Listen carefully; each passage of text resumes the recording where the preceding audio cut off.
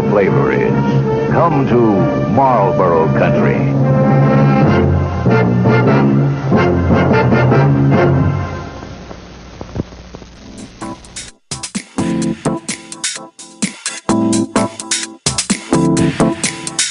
Welcome to Artipoeus, reviews and recommendations of contemporary art around the world. This week, Artipoeus visits the dentist. While your host Susie Kahlich's face shrinks back to human size, I took over to make sure you get your regularly scheduled episode of art.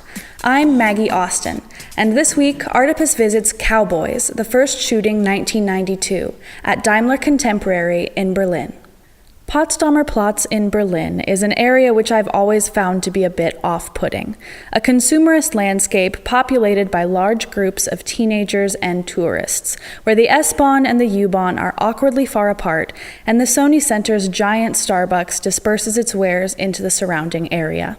I was curious as to what kind of gallery could end up adjacent to such a place. When I rose from the depths of the S-Bahn, I found that Potsdamer Platz was host to something positive that weekend, Berlin Queer Days, a celebration of one of Berlin's key communities. It was morning, and vendors were preparing for day 3 of the festival. The stage was being set for a performance. People were gathering for a mid-morning drink, Sunday fun day, and though I saw the same booths that would likely be present at any sort of event, I couldn't help but appreciate Berlin's constant magic trick of popping something interesting into your path at every turn. I rounded the corner onto Alte Potsdamer Straße and passed a fancy hotel, an expansive restaurant, and an enormous bank before finding a sign nestled in among some cafe tables. Advertising the Adolf Fleischmann retrospective, it pointed me to Haus Hut, where Daimler Contemporary occupies the 4th floor. Down the street, I saw an immense collection of helium balloons tethered to the ground, like someone had just left them there to fend for themselves.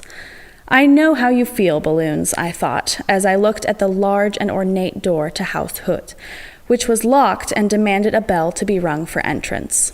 I rang the wrong bell at first. The waiter at the cafe next door smirked at me. I rang the right one and was buzzed in.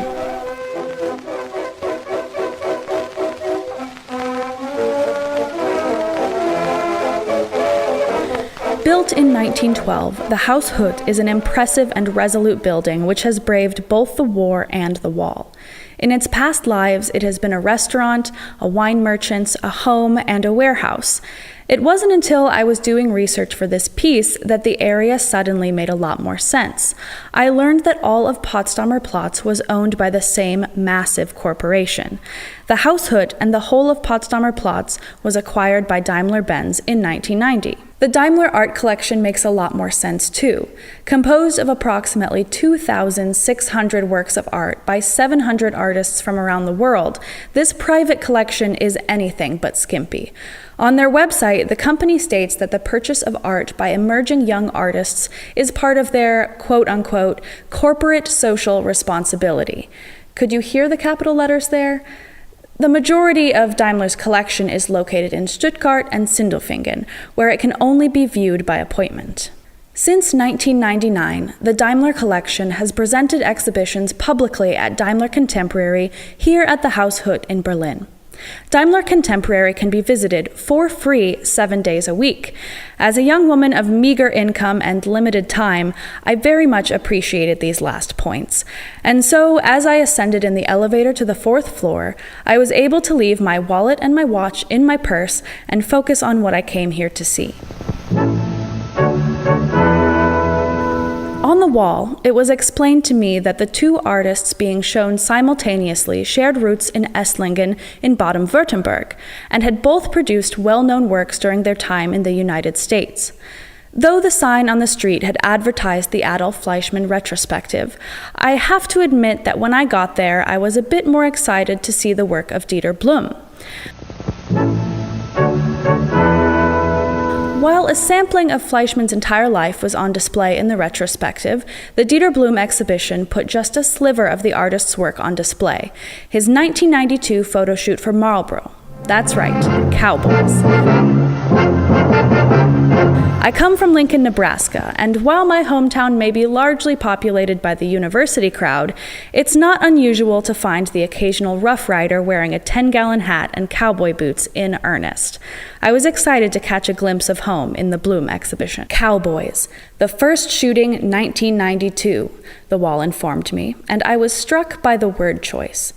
Normally, I would think to use the word photo shoot, as in the first photo shoot 1992. In this context, however, curator Dr. Renate Vihager chose a more loaded word, shooting. It fits the theme. We often think of Wild West shootouts along with cowboys, who are often pictured with large smoking pistols.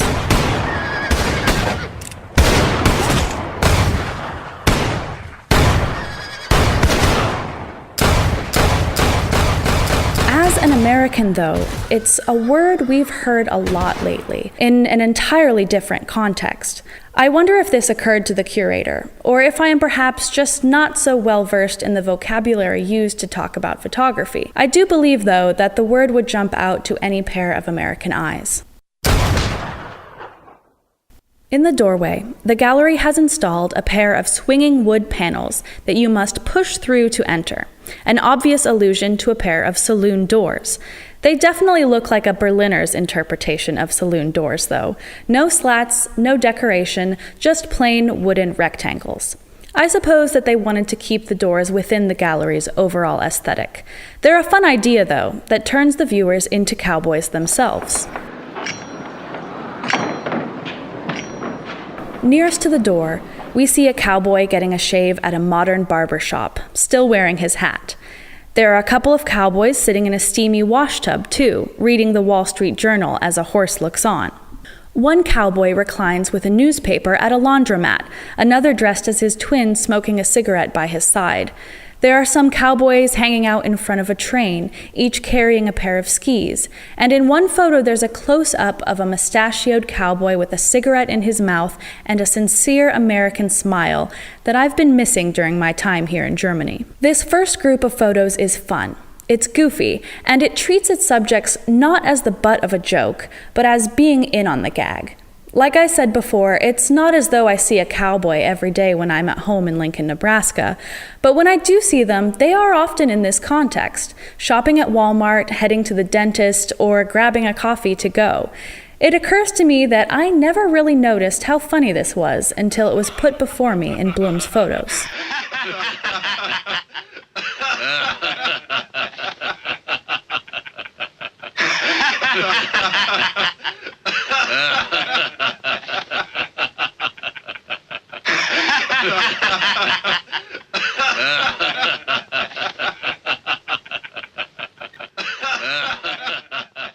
The 6 photos immediately facing the saloon doors are big and glossy, American-sized, if you will.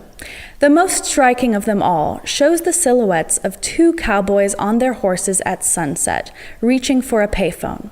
It's a beautiful image, but the vibe is different from the first group of photos. The landmarks are majestic.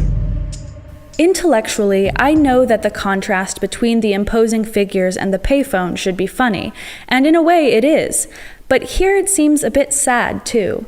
Instead of being quirkily out of place, these men are forced to adapt, including the modern in their classic Wild West world. Country boys all want to be city boys. City boys. City boys want to be country boys. Next to this photo, there is the most melancholic of the bunch, which also becomes my favorite. One rider on his horse seems to look down dejectedly, his hat covering his face, looking to be still beneath the overhang of what I would guess is something like a seedy motel. One lonely street lamp glows above, and while it is humorous to see the man and his horse barely fit beneath a sign that reads "Low Clearance" lined up next to a few cars, the man seems to be aware that he is out of place, aware that the world is changing around him. Considering that these pictures were taken as part of a photo shoot for an ad campaign for Marlboro, I wonder if I am projecting too much onto them. But art is what you make of it, and I like that these few images feel deeper than the rest. I can identify, too, with these rugged people who accidentally end up in a man-made world. They're out of place, and they're trying the best that they can to adjust to their surroundings. The landmarks so majestic. When I first arrived in Berlin, it was January, and the city felt cold and unwelcoming. I came here to work as an au pair. I wondered why the whole of Berlin seemed to be in a bad mood, and I didn't know how to react when the host father that I work for told me that his son had asked why I smiled so much. Maybe it wasn't that I was out of place exactly, but I hadn't yet figured out how to adapt to my new life here. So I just tried to blend in. I would pretend not to have taken the wrong tram and act like I understood the person behind the register in the Späti. It's not easy to fit into a brand new world. Every house I've ever lived in had a front porch. It is interesting how Dieter Bloom's works vary in mood. Some are part of a big joke, and some seem to be more straightforward. One photograph that stands out shows a barely silhouetted figure on a horse, bearing a majestic American flag, the only thing fully illuminated against a black background. The photo could have been taken at a rodeo, snapped at the time before the main event when the flag is held high, the anthem plays, and the spectators place their hands over their hearts. It looks like something I've seen before, a proud image that plays on the nationalism ingrained in the American psyche. Bloom is, of course, German, as is part of the intended audience of these photographs. According to the literature accompanying the exhibition, which is published in a glossy hardcover and available for purchase at the museum counter, this photo shoot happened for a specific reason. Because, you see, the cowboy known as the Marlboro Man had existed since 1954, originally conceived as a scheme to sell men unfiltered cigarettes. Come to where the flavor is. At the time, filtered cigarettes were seen as feminine, and it was believed that real men only smoked unfiltered. The solution was to associate Marlboro filtered cigarettes with the ultimate symbol of masculinity, the cowboy. Come to Marlboro country. It did the trick, too. Supposedly, Marlboro sales increased by 300% in just 2 years. By the 70s, Marlboro were the top cigarettes in America. Cowboys became less relevant, though, as Westerns fell out of popularity, and it came time to shake things up a bit. By the time the Berlin Wall fell in 1989, a whole new international market had opened up for Marlboro, and the company decided that the cowboy image needed to be updated for their new audience. So, in October of 1992, Marlboro sent Dieter Bloom to Seymour, Texas, in an America where Bill Clinton was about to overtake presidential incumbent George H.W. Bush. The GDP was just beginning to rise and would continue to do so for years. And, one more fun fact, in October of 1992, I was born. It was a great time for the United States. And so, I wonder what this grandiose image would look like to a German in the 90s, in a time and place where nationalism was an unfamiliar idea. Would this picture of American pride be seen as admirable, laughable, or despicable?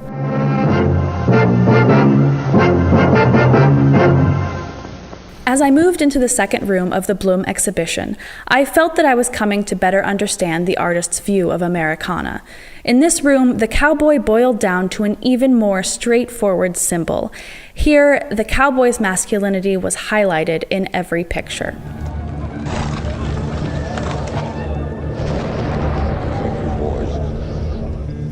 There was a series of intriguing snapshots from a real rodeo, each image blurred with the motion of the wranglers, becoming almost abstract.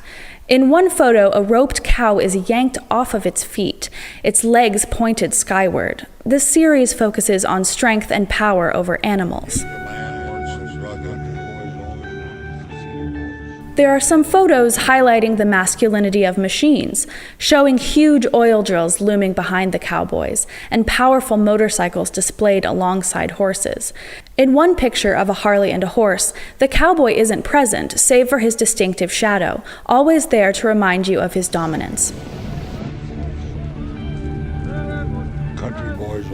A series of 6 more images are close-ups of a cowboy lighting a cigarette, or holding it between his fingers while pulling on the reins of a horse.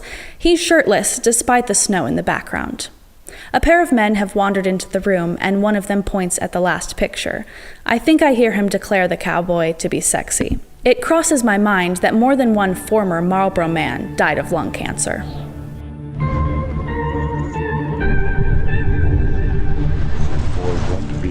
To Dieter Bloom and to Marlboro, the cowboy is used as a symbol of manhood, a representation of strength and power that goes well with a cigarette.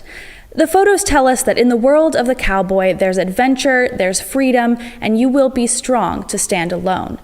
There are 6 silhouettes of a sole rider on a horse, each in front of a different color sunset, and each one is titled Lonely. The land once so wild,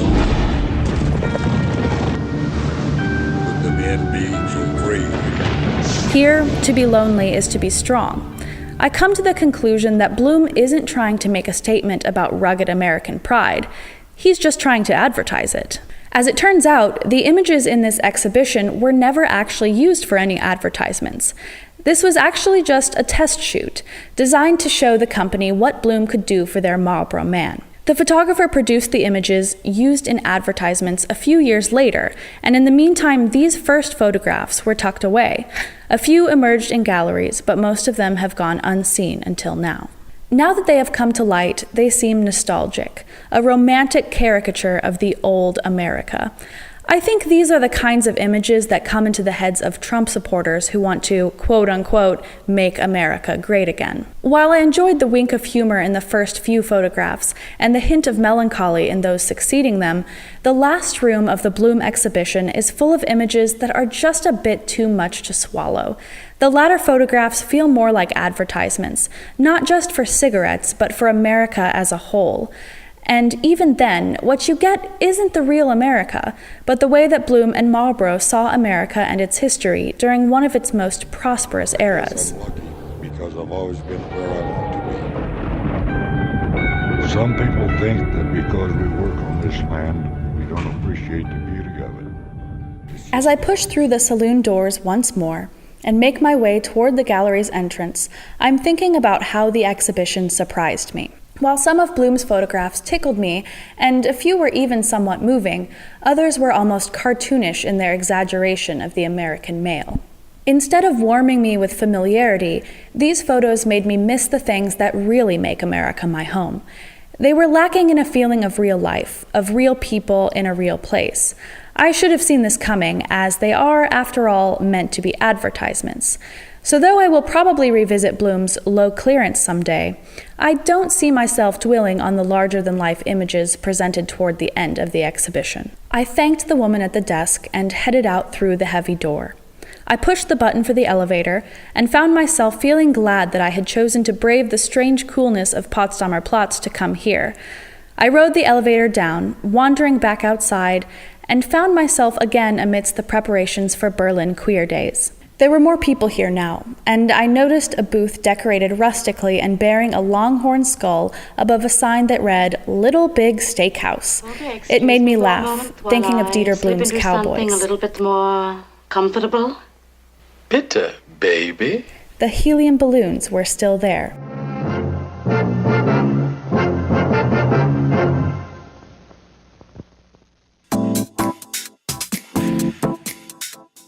Cowboys, the first shooting 1992, is on view until November 6th at Daimler Contemporary, located at Potsdamer Platz Arkaden, Alte Potsdamer Straße 5 in Berlin. That's all for Artipoeus this week. I'm Maggie Austin, in for Susie Kahlich. See you around town. Now you can follow Artipoeus on Glarify, the interactive global mapping tool that lets you locate artist studios, openings, and exhibits around the world. Become part of your local art scene everywhere you go. It's free. Glarify is an official partner of Artipoeus. Visit glarify.com. You can find Artipoeus on SoundCloud and iTunes, WRP in Paris, and indieBerlin in Berlin. And you can see photos and read transcripts of this episode and more at artipoeus.com. Artipoeus, pronounced like octopus because art is everywhere. That's all for Artipoeus this week. I'm Susie Kahlich. See you around town.